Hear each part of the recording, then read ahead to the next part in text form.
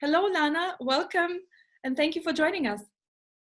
It's my pleasure. Uh, Hello to everybody. mhm. Lana, you are a partner at one of the leading law firms in Ukraine and a very active member at International Bar Association. And I know that you are having your plate pretty full right now, but I'm sure even the recent situation has brought more to your plate and keeping you even busier. Would you like to tell us more about the changes that current crisis has brought to your practice, and especially what kind of negotiations are you involved in right now?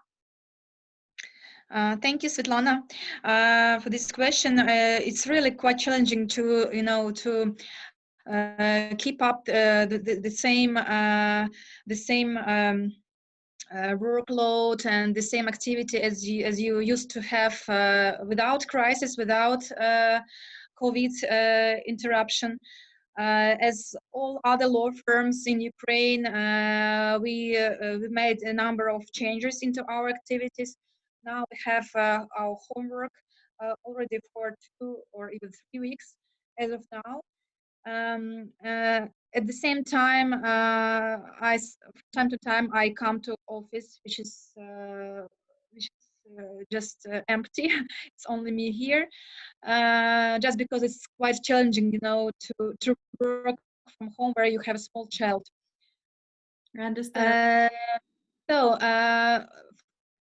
but for me, even not this challenge with homework is not actually the main problem or the main challenge. The main challenge is more about combination, or we have to combine not only our work, not our activity on behalf of our clients, some business development things which we used to have, but also to do a lot in terms of social responsibility. Um, as you know, I'm chairing the practice, life sciences practice, which deals with pharmaceuticals, healthcare sector. And we are those lawyers who are addressed at the very beginning when any legislative initiatives comes in terms of healthcare sector. And now you can imagine how many initiatives in healthcare sector are coming each day to protect people from COVID and to introduce new rules of life, so to say. And we have an honor to directly participate in this process. So we are requested by our government, by our friends in the parliament, to help them with the draft legislation, which is now a very quick process. So you have no time for standard process when you publicly comment some draft law or some draft order. They publicize it and you have at least 30 days to comment through different associations. Now this way is very fast. Okay. So we are basically just sitting and drafting the laws, which are adopted like in 2 days.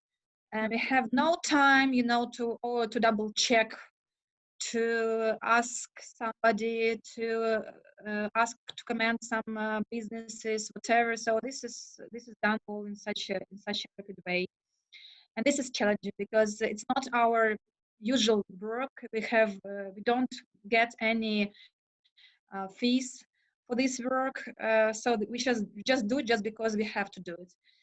And we have expertise, and if we don't do it now, then somebody else will do it, maybe with a lower quality, and this legislation will not be implemented in a proper way. So I decided to take it up.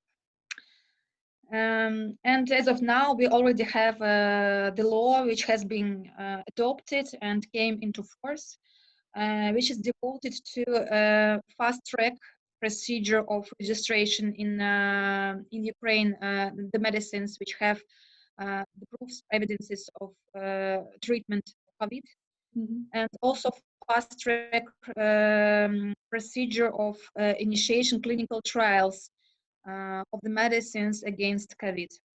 So this is a very important piece of legislation which we have drafted, promoted, clarified, and so on. And also I'm personally, together with my team, are involved in certain social responsibility initiatives which have no relations to our profession, by the way. So it's not because we are lawyers, but just because we are active members of our society. Um, I'm also a member of the CEO Club, which is a business club in Ukraine, which unites different personalities, businessmen and businesswomen in Ukraine. And this club has its own fund um, where different members of this club and also other third parties donate their money so that we could purchase some equipment and some medical devices for our hospitals. Mm-hmm. This is usual thing for Ukraine today. I don't know how it's done in other countries, but our healthcare system is not ready at all for this virus, and our doctors are not protected at all. They don't have even simple masks to protect them. They don't have special suits to protect them. And of course, we just don't want, collapse of our healthcare system during the first week. That's why a lot of people in Ukraine, businesses, businessmen, and just volunteers decided to contribute now to our healthcare system. And what we do on a daily basis, we are selecting the equipment. We are ordering from China, from other countries where it's still possible to import those products because they are not produced in Ukraine, unfortunately. Mm-hmm. And we are communicating with the doctors to double check if this equipment is okay or not. We are directing this aid to different hospitals, communicate with government, Ministry of Health, with local authorities, with other similar initiatives to make sure that our aid will not be doubled in the same hospitals, to say. And it's all this type of work is very um, should be done very fast. You cannot predict how much time you devote to it, and somehow you have to combine it with your ordinary activity, with your business, and this is the most challenging. Wow, that's amazing. It sounds like you need to adapt pretty much in your practice. Is it true? Yeah, that's right. That's one of the reasons why I had to postpone our interview from last Friday to today, because it's just something coming up very fast, and you have to respond, and the doctors cannot wait. So you always, like you're too much involved in different communication. I understand. Everyone understands actually because there's so many things changing. In terms of negotiation, you just told me that there are like many different processes that you need to do quickly and to adapt so quickly. Do you get to negotiate? And if you get to negotiate, how you do? Because it's got to be quite a stressful situation for you. Yeah, I do have the similar experience already when I had to combine my business activity and some social responsibility activity, like some ordinary activity not as a lawyer. That was in 2014 when we had our Revolution of Dignity. Mm-hmm. In Ukraine, and I was also very much involved in those events. We also opened temporary hospital this time to help people from Maidan to get some medical assistance, because we also had some problem that time with our hospitals and government. The the members of my team as well, they also have some experience of that, and some personal motivation, which is very important. Mm-hmm. So when you have this personal motivation, then you find time somehow, efforts, and everything to combine it. On the one hand.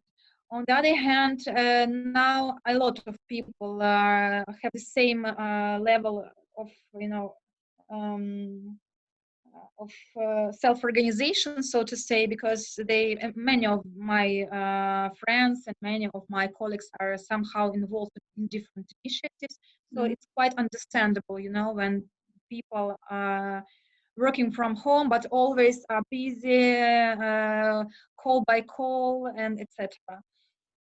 And also our governmental institutions and parliament and members of parliaments and everybody actually in the country are now working distantly.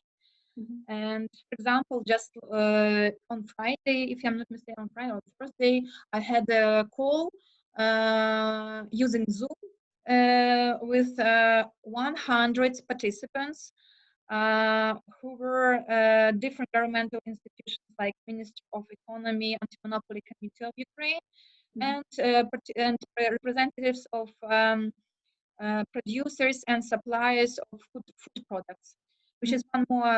This is one more area of my expertise, food and beverage industry, and I'm helping American Chamber of Commerce in Ukraine, and I was chairing the committee, food and beverage committee, for 6 years, and now I'm co-chairing the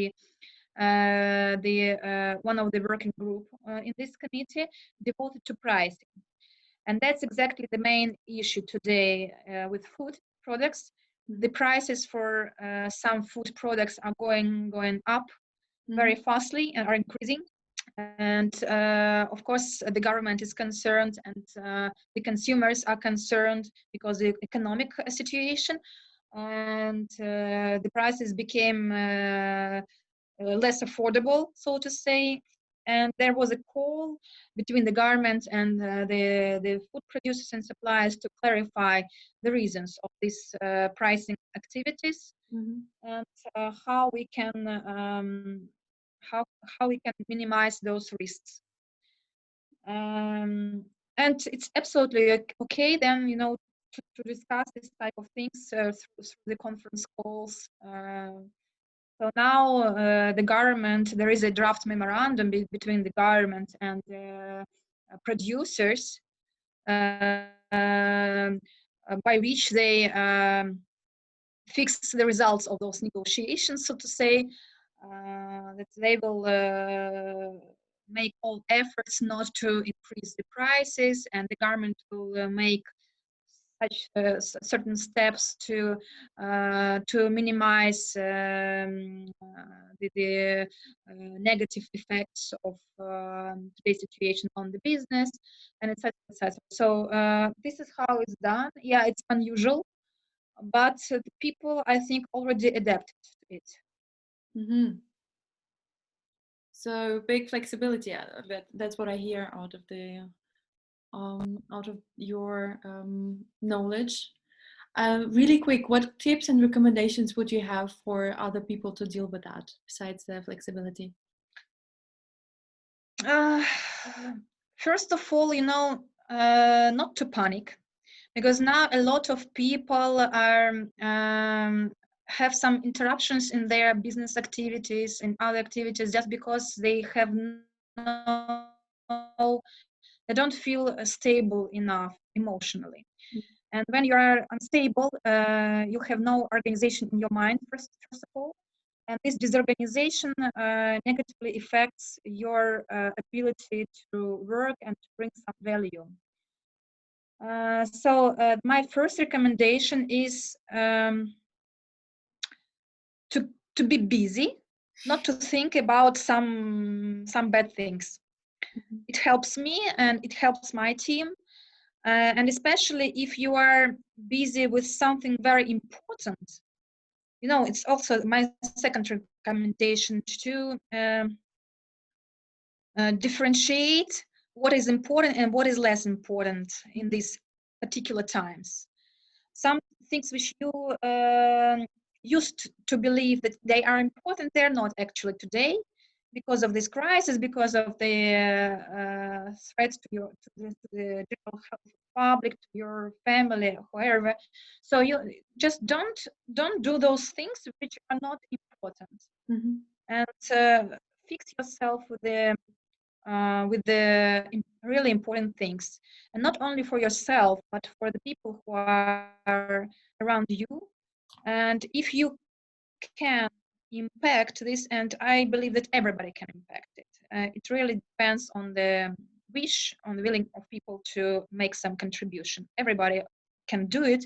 It only no you just need to find a way how to do it. But if you are busy with these really important things, then they somehow put aside the panic, some emotional things. You just do what you should do, and you feel satisfaction because of this. Yes, you don't have time enough, but that's okay. This is how these times require. And my third recommendation is also to stay tuned, so to say, to keep communication with the people. Today's world allows you to have quick communication with different technical means, and don't close yourself with your thoughts. Keep talking to people. You cannot transfer virus via Zoom or via Skype or whatever. So just talk to people, exchange information, not to be too much. You know, it's also important not to be too much like overloaded with this information, negative information, which comes from all sources. To limit, to filter this information. To take only those things which are important. Now, you know, I don't know how in other countries, but in Ukraine, Telegram channels are very popular. So you can subscribe yourself to some trustful Telegram channels and get just very important and proved information about the virus and impact on businesses and activities. And that's enough. Don't read too much what is written by different people in social networks. Sounds really, really good. So keep flexible, keep busy, keep out of negative information. And what was the fourth? To be busy with some important things, and to distinguish important from non-important. Great, great. Thank you for these tips and recommendations. I do believe that it's important for people to get to know this knowledge. Thank you very much for your time. Thank you, Svetlana. It was my pleasure. Stay healthy and stay safe. You too. Thank you. Bye-bye. Bye-bye.